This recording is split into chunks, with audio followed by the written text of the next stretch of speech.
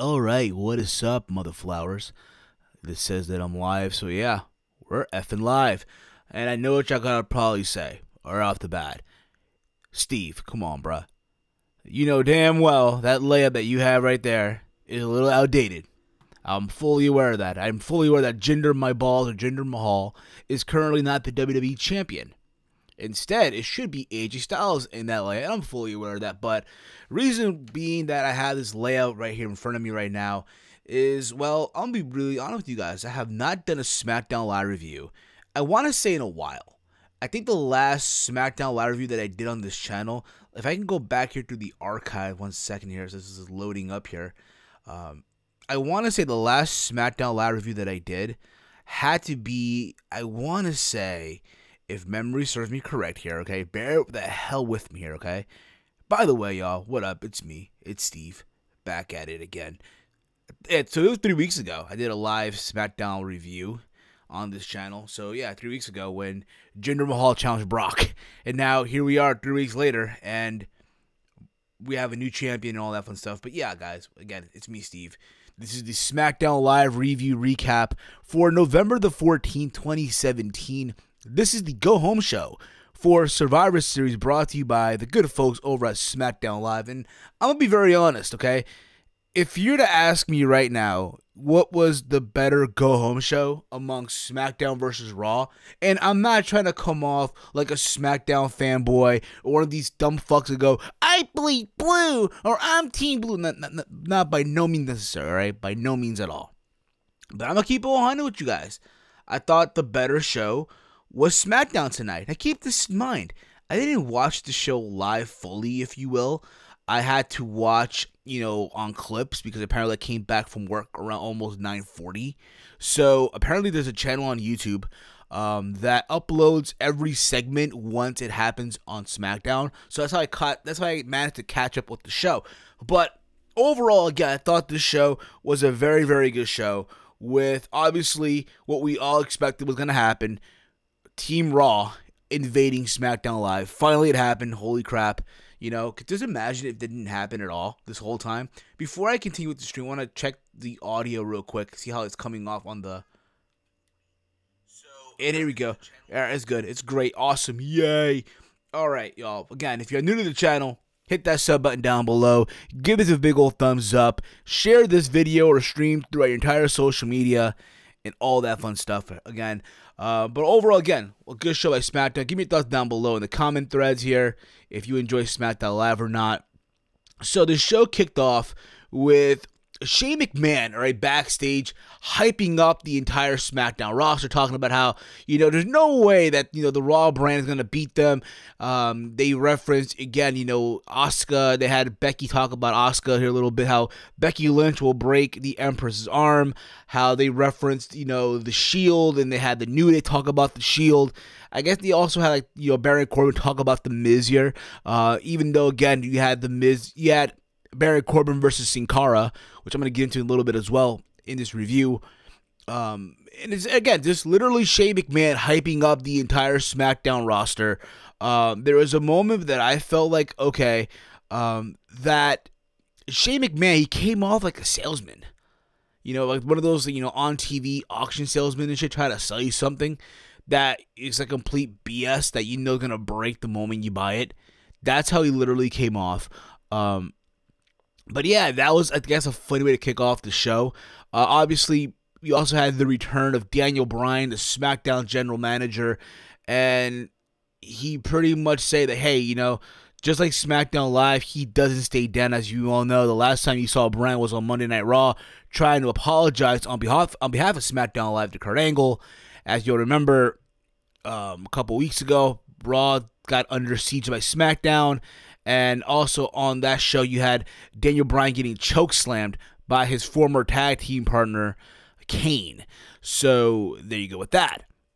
And again, Bryan is in the ring, hyping up his return. He's back.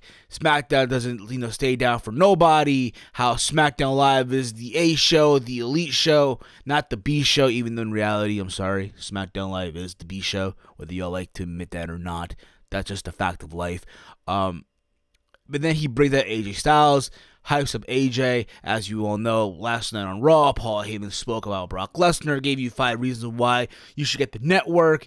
And as Brian agrees with some of them, he doesn't agree with option F5 or reason F5. There you go with that.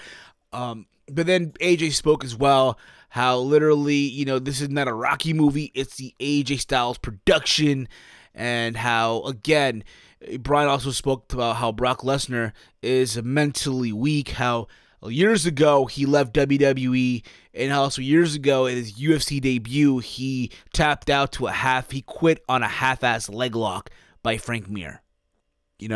But overall, again, a good way to get people hyped about this match. I'll be honest. I'm gonna keep it 100 with you guys.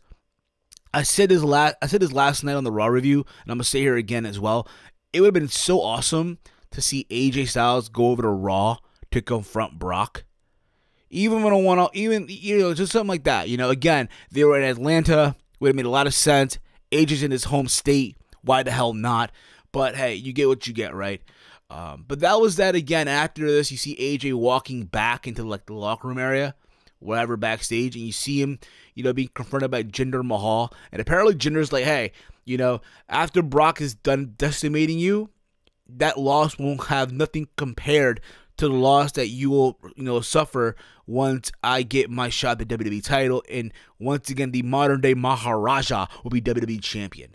And they just walk away. Like, I'll be real with you. I guess Clash of Champions or Clash of the Champions, whatever the hell you want to call it now, we will get that rematch. And I'll be honest with you guys. A part of me thinks that once that rematch happens at Clash of Champions, Jinder Mahal will be a 2-time WWE champion.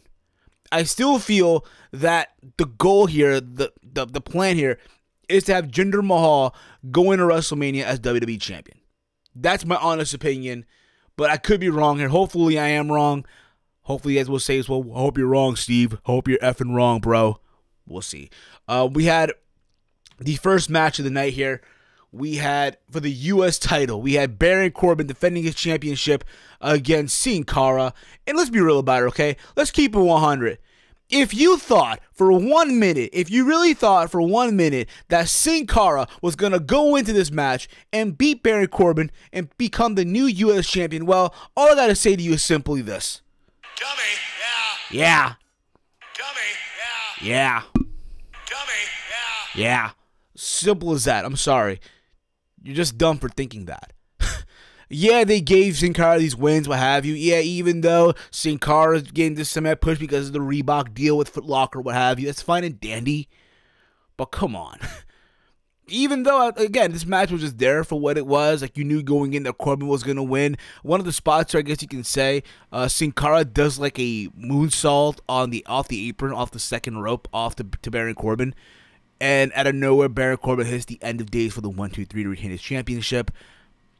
At the same time, too, a part of me would have wished to maybe have Miz show up on SmackDown Live, maybe in a skybox, something like that. Hey, he's the A-lister, right? With the Mister out to observe this match, and maybe have like some confrontation with Baron Corbin.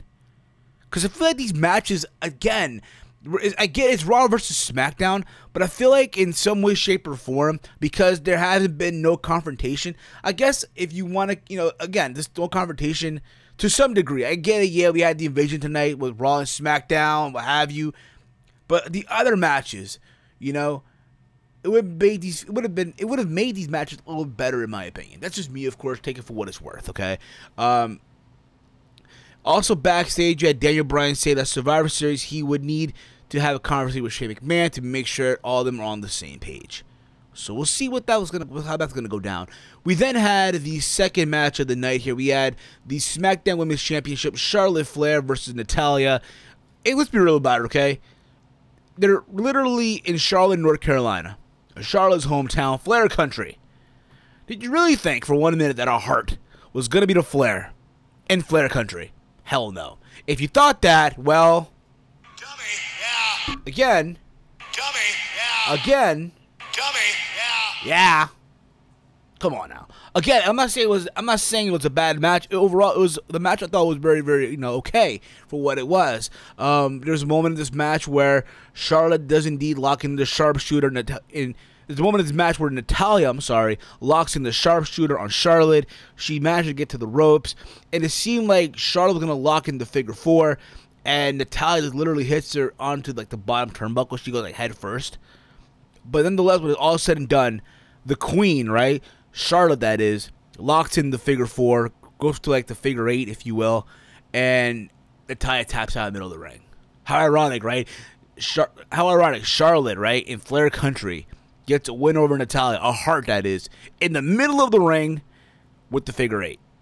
Right? And then Charlotte gets on the mic, talks about how ever since the Superstar shakeup, since she left Raw to come to SmackDown Live, it's been her goal to become the SmackDown Women's Champion, the Queen of SmackDown Live. And it took a lot of work, but she's finally there. And how this Sunday at Survivor Series, she's going to beat Alexa Bliss and show how before there was even a goddess on Raw, there was a queen, and that being Charlotte. And she also dedicated the win to her father, Ric Flair, who she thought was literally at home watching SmackDown Live. And as she's leaving the ring, they play Ric Flair music. Obviously, again, they're in Charlotte, North Carolina. Of course, they're going to get that pop. Of course, people are going to get excited for Ric Flair. Especially, with the whole, 30 for 30 special that happened on ESPN. People have different points. People have different opinions on that special. Some people loved it. Some people thought it was, a little cringeworthy. Some people thought it was depressing. To each their own. But again, just all of that, you can make the argument is the reason why they had Charlotte get the win here as well, get good publicity. I'll say this overall. I know a lot of people out there, myself included, would have preferred to see Charlotte versus Alexa Bliss, and we're finally going to get that match. When the whole Superstar shakeup happened, Alexa went to Raw, and then Natalya, then Charlotte, when the whole Superstar shakeup happened, Alexa Bliss went to Raw from SmackDown Live, and Charlotte from Raw went to SmackDown Live, if you will. Did I even say that right? Yeah, I did. Okay, let me say that again. Okay, Alexa Bliss during the Superstar shakeup, right, went over to Raw, and Charlotte went over to SmackDown. So we didn't get that match. Now I'll say this too. A part of me believes that at Survivor Series, we might get a cash in. We just might get that cash in. We might have Carmella come out there. Because remember, Carmella had the briefcase, right? She might go out there and cash in. And she might go over to Raw. Who the hell knows? Just saying, it could happen. You just never know right now with WWE. They can give you anything right now and expect the unexpected, right? Just saying. Expect the unexpected here with WWE, in 2017. Just saying, okay? After this, we get Jey Uso versus Chad Gable. A singles match here. I thought this match, for what it was okay for what it was. Didn't really go far. One of the big things here, I feel like Gable was so focused on becoming the tag team champions here that he lost sight a little bit, in my opinion. And apparently, there's someone in this match where literally Chad Gable wants to Jason Jordan. I don't know why, which I still think is dumb. Why did they break up American Alpha? I don't even know. But it is what it is. Where literally Chad Gable is chasing, I guess, Jimmy Uso. And obviously, of course, because of all this as well, Shawn gets involved and Shawn gets kicked in the face for it as well as a reward. But again, all this which led to Chad Gable getting super kicked by Jey Uso. And again, after all of this, Jey Uso got the win. But before this match even took place as well, the Usos were hyping up their match at Survivor Series, talking about the bar, how they're going to beat the bar, how they're entering, obviously, the Uso Penitentiary. Again, it is what it is. I think that match, believe it or not, I know a lot of people were anticipating, Ambrose and Rollins versus the Usos. I still think this will also be a good match. Just wait and see. And then we had the New Day come out to the ring, bragging about how they're going to defeat the Shield, literally this Sunday on Survivor Series. Then we get a main event. We get the New Day versus, Kevin Owens and Sami Zayn. And literally, I thought this match was just a filler thing because, again, we all knew what was going to happen. We all knew the outcome of all of it could be a no contest, which really was. There's no contest here because during the middle of this match, the Shield music hits.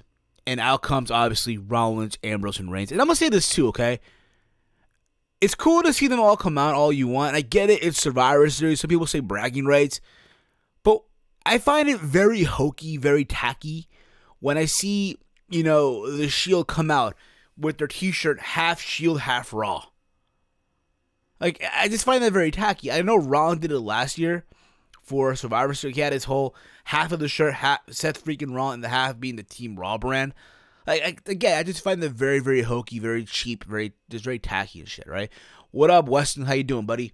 And again, people are going crazy. They're anticipating this whole thing.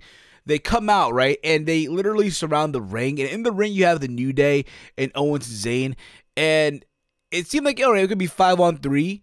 Yeah, like 5-on-3, but obviously Zayn and Owens just walk out, and the Shield get literally attacked and ambushed and shit, and then out comes the New Day, and like they're gonna make the save, and out of nowhere, right, they freeze because they look at Roman Reigns, and you all know they're cousins, they're family, right? All these years, the Usos were carrying the bags for Roman Reigns, right? And because of this, Ambrose and Rollins ambush, the Usos, and then more guys from SmackDown Live come out.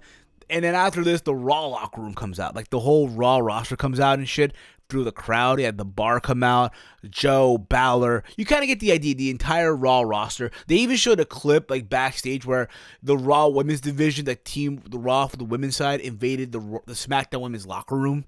Which I thought was very cool, I guess, to an extent.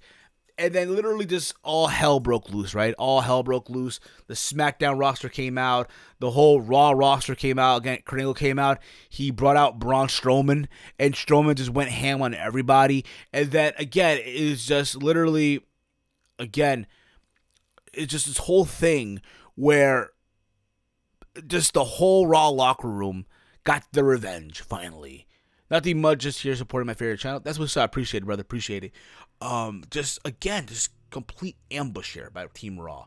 And then obviously you had the Shield, triple powerbomb, Shane McMahon, the general manager. And at the same time, I'm wondering here, where the hell is John Cena? Where the hell is Randy? I mean, we know where Cena's at, okay? But where the hell is Randy Orton?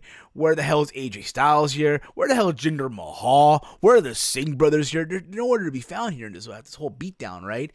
And then Kurt Angle takes off his blazer, hits the Angle slam on Shane McMahon. I'll be very honest, when I saw this shit, right, a part of me was anticipating or hoping, okay, can we please get the ankle lock?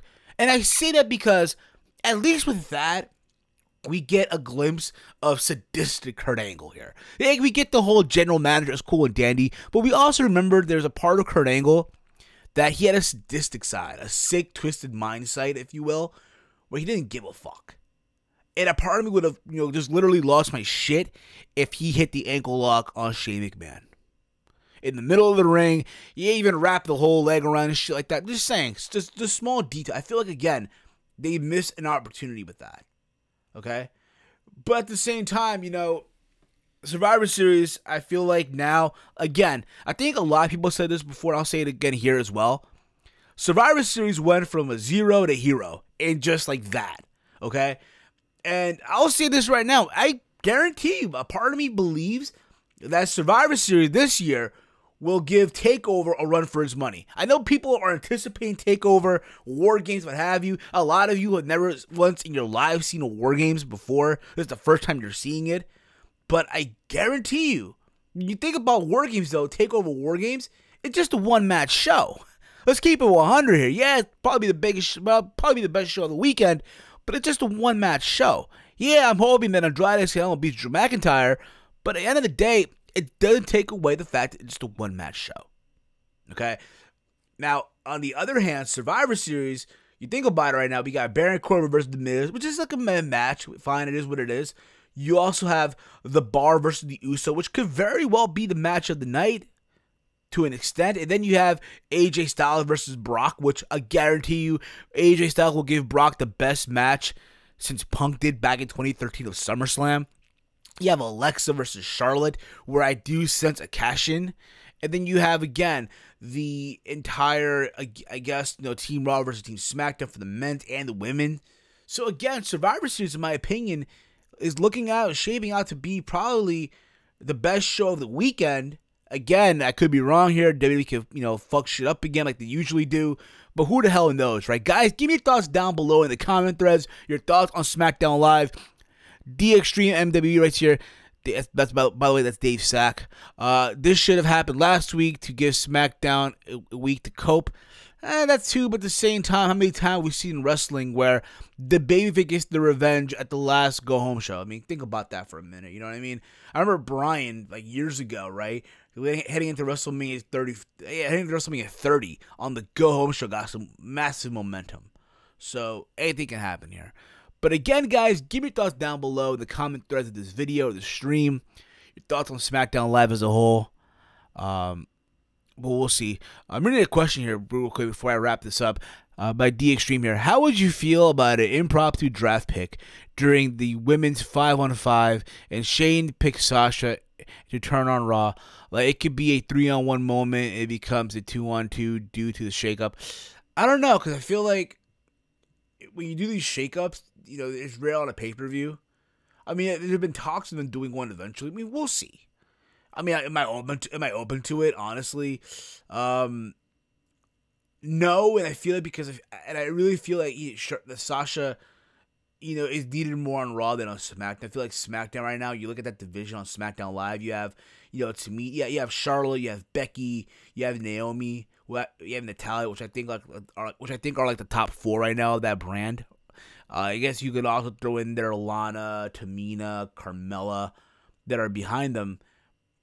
And on Raw, you have Sasha, Bayley, Asuka, Alexa Bliss, to freaking Nia Jax, just to name a few. And I guess also Alicia Fox. So you want to, I feel like right now both brands are just leveled right now. And just leave them as they are until they decide to do an actual shake-up or brand split. I don't fucking know. But keep you guys posted real quick. I will be doing a takeover War Games prediction this coming Thursday. Okay, I'll be doing one Thursday night, live on the channel. If I don't do one Thursday night, I'll probably do it on the podcast. This coming Friday, T-Mail Podcast, episode 220. We might just do prediction for I almost said SummerSlam, I don't know why. Survivor Series and Takeover War Games. I'll keep you guys posted. We might even take live calls. We're not even sure yet, but we'll see where that goes as well. But yeah, guys, this wraps up for me. Thank you all for tuning in live to the stream or watching on the playback. If you're new to the channel, once again, hit that sub button down below. Before I wrap up as well, I want to give a big thank you to the homie himself, Salrex Gaming, for the awesome layout that you see. I know it's a little outdated. I'm fully aware Jinder's no longer the champ, but this is obviously the first SmackDown review that I've done in less than 3 weeks ago. So this is the new layout that he gave me prior to that. So here you go. Again, if you are a YouTuber, a podcaster out there, and you want awesome layouts done for your YouTube channel, YouTube videos, or your podcast with logos, what have you, hit up Salrex Gaming over on Twitter at Salrex Gaming. He does amazing, amazing work. He's done work not just for myself, but for OKFabe, Dadass Podcast, Joe Cronin over from the Joe Cronin Show, Sound Monster Sounds, also the good people over at the Foul Mouths Network as well. So, if again, hit up Salrex Gaming on Twitter. He will work with you, and you will be amazed by just the amazing work that he does. I guarantee it. All right, y'all, wraps up for me again, guys. Thank you for tuning in, and I'll be back most likely sometime this week. And yeah, guys, I'm out like Janet Cities. And yeah, it's wrestling and whatever. It's I, Steve. And remember, y'all, whatever you do, don't be a dummy. Dummy, yeah. Dummy, yeah. Dummy, yeah. All right, one more time.